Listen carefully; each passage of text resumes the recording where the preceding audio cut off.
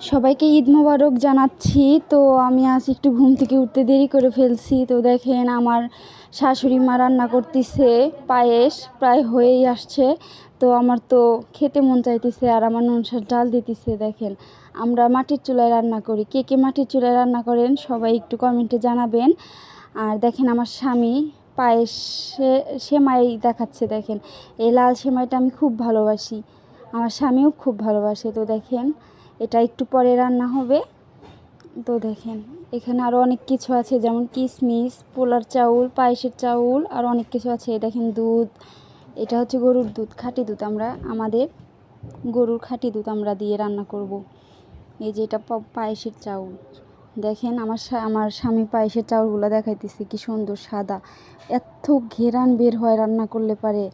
এবার আমরা পায়েসের চাউল কিনে খুব লাভবান হয়েছি, কারণ খুব ঘ্রাণ, কারণ সামনের বছর আমরা পায়েসের চাল কিনছিলাম, একটু ঘেরানও বেরিয়েছিল না। তো দেখেন এবার পায়েসের চালগুলো খুব সুন্দর।